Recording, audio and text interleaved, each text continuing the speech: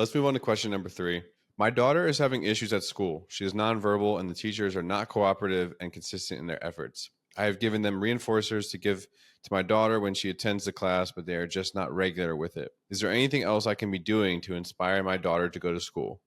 So what we're doing is similar to the question before. We're trying to say to our child, go, right? But when I say go to that child, that is maybe in an environment that is not set up the way it needs to be. Are there accommodations in place for your child's anxiety, social communication challenges?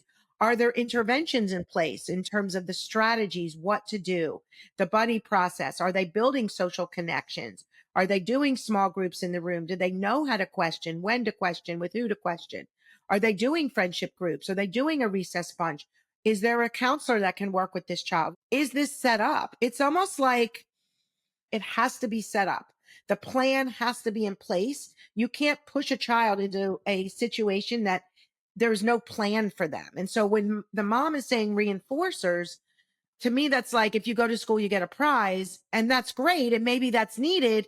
But is the school set up from an accommodation intervention plan appropriate for this child with respect to their stages of communication, as well as their understanding the factors into what might be maintaining or causing the child to not communicate appropriately? And I will say one of the number one things we need to do, and there was no age mentioned. So I don't know if this is a preschooler, an elementary age child, a high school age child. I have no idea. But I would say that the older they are, the more involved they are in this process. But no matter whether they're in preschool or high school, peer connections, connections are critical. And often, if I were to say, what is the number one reason why children are very avoidant of school? It's lack of social connections and lack of social communication confidence. So that to me is what I'd want to dive into with this family. And then that's the buddy process, right? That we've had a podcast on just on that. Yeah, they need to figure out how to help with peer connections. It's not just buddies in school, but maybe there's neighbor friends. Maybe that's building social confidence with same age peers that are, cousins. Get that started. Are there clubs? Are there activities? Are there skills building the confidence? Again, I don't know anything about this child other than that one focus of how do we get the kid into school? And I'm backing up going, tell me a bit, like, I want to understand this child. What are her needs? And how do we set up the best plan for this child at home, with peers, with family members, the strategies, the interventions for progression, out and about in the real world, clubs, activities, respecting her comfort, but also the school-based accommodations interventions. They need to be in place. So it sounds like feeling like you belong is the key with school. Yeah, you got to feel connected. Most children get excited to see their friends. Yes, they're learning.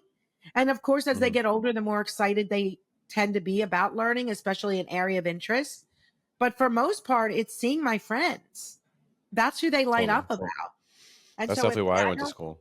yeah, that's why you went, right? Yeah, Yeah. definitely. Let's say this mother comes back and goes, she's friends with everyone in the class. She loves the kids. And if she's avoidant of school, then I dive into what else would be causing her to be avoidant.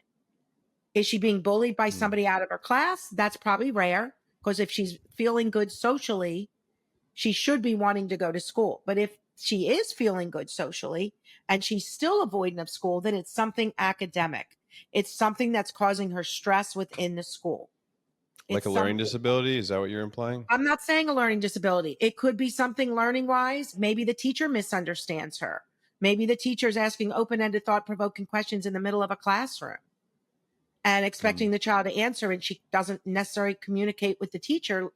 Maybe she's starting to one on one. Maybe she's not. Maybe she's mute with teachers. Maybe she's verbal with peers. Maybe she's verbal with teachers and mute with peers. I don't know, but I would want to have an understanding to be able to guide the teachers to be able to develop and have a very kind of supportive environment that's meeting that child's individual needs. And rarely do children refuse to go. And if minimal, at the minimal, we can transition them in. Maybe it's a separation in the morning from the parent.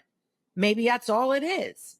But I think what you're hearing from me is Is the classroom environment set up for success?